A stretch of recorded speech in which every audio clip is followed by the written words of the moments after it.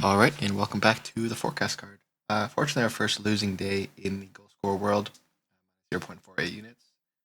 Vladislav, I think he didn't have a single shot on net. Like, I think if you look at the box score, he's the only player on the Jets that did not register a shot on net. So, just one of those days. He just didn't show up, I guess. Nathan McKinnon scored two, pretty sweat free. Jake DeBrusk had a couple shots, but yeah, he was kind of non-existent this game. Kind of a bummer, but we'll take a small red day. Hopefully today's better. All right, game number one. We have Sam Bennett. He's still one of my favorite players to bet because we get good odds on him, but he's still dominating Florida in terms of scoring opportunities. Today, I actually have Florida expected to score the most goals on any team. In hockey today, especially considering the Oilers defensively have been a mess, Sam Bennett leads the team in 5-on-5 high danger opportunities with 20, 27 if you include power play. He leads the team in goals over the last 10 games on 5-on-5 with 4. He leads the team with shots on goal over the last 10 games with 35. He hasn't really been a power play exceptionalist, been on PP2 most of the year. He recently got bumped up to power play 1 with Matthew Tkachuk out, where he actually had a lot of opportunities and even scored a goal. So I'm expecting him to continue to be the number one option with his really, really solid shot on the power play. He leads the team in expected goals over the entire season with 0.41 per game, only behind Tkachuk, who's now out. So Sam Bennett's going to be that guy. Last times these two teams played, there's 11 goals scored. Expecting extremely high octane offenses again. Oilers have led in 5, 6, 7, and 4 in their last 4 games. Defensively, they are not playing well.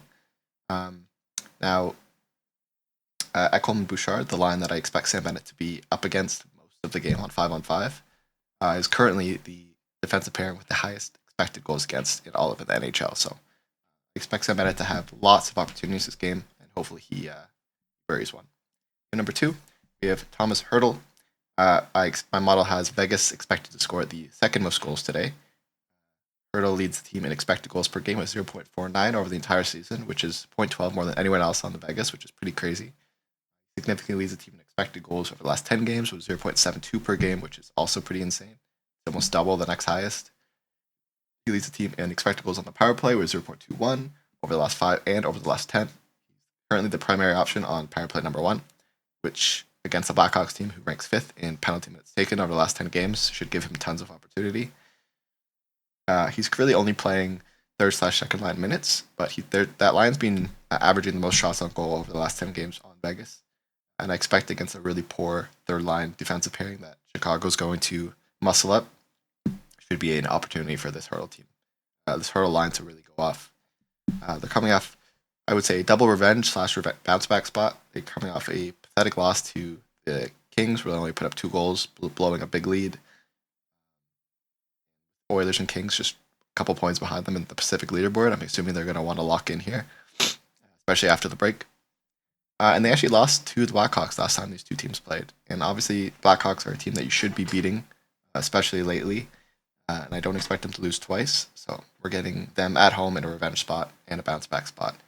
And when they did play the Blackhawks, they only scored 3 goals. And Hertl had a point in all 3 of those goals, including 2 of them being goals, 1 an assist. So I expect him to, again, be able to dominate the Chicago Blackhawks in this spot. And the third game, we have Frank Bertrano. I have Anaheim actually expected to score the 3rd most goals today, which is kind of crazy to see. But Frank Bertrano currently leads the team by a significant margin in expected goals per game over the last 5 with 0.61. Leads the team in expected goals per game over the last 10 with 0.55.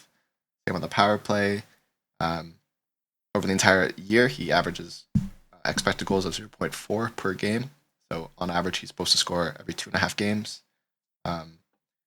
Leads the team in high danger opportunities with 15 over the last 10 games. He leads the team in shots on goal with 28, and second in goals with 5 goals over the last 10 games, just behind McTavish.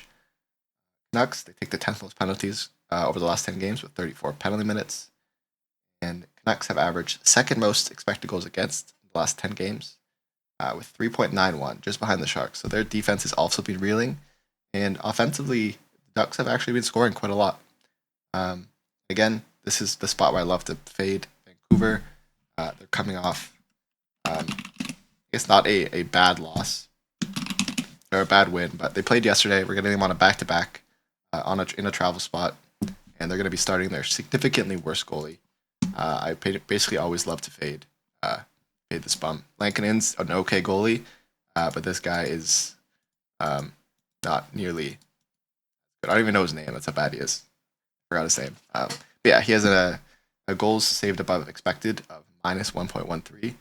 So per 60 minutes, he's saving more than one fewer goal than the average goalie would be. So he stinks. I think Anaheim at home here is going to light them up here, especially with Vancouver on a back-to-back. Probably going to be a bit lazier defensively.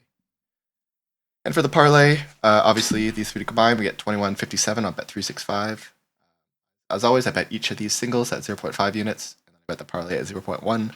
And if there are any bonuses, which there aren't today, you can bet those at 0.1 as well. If you want to follow my unit gain on the front page. Anyway, that's everything for today. If you have any questions, please let me know, and good luck.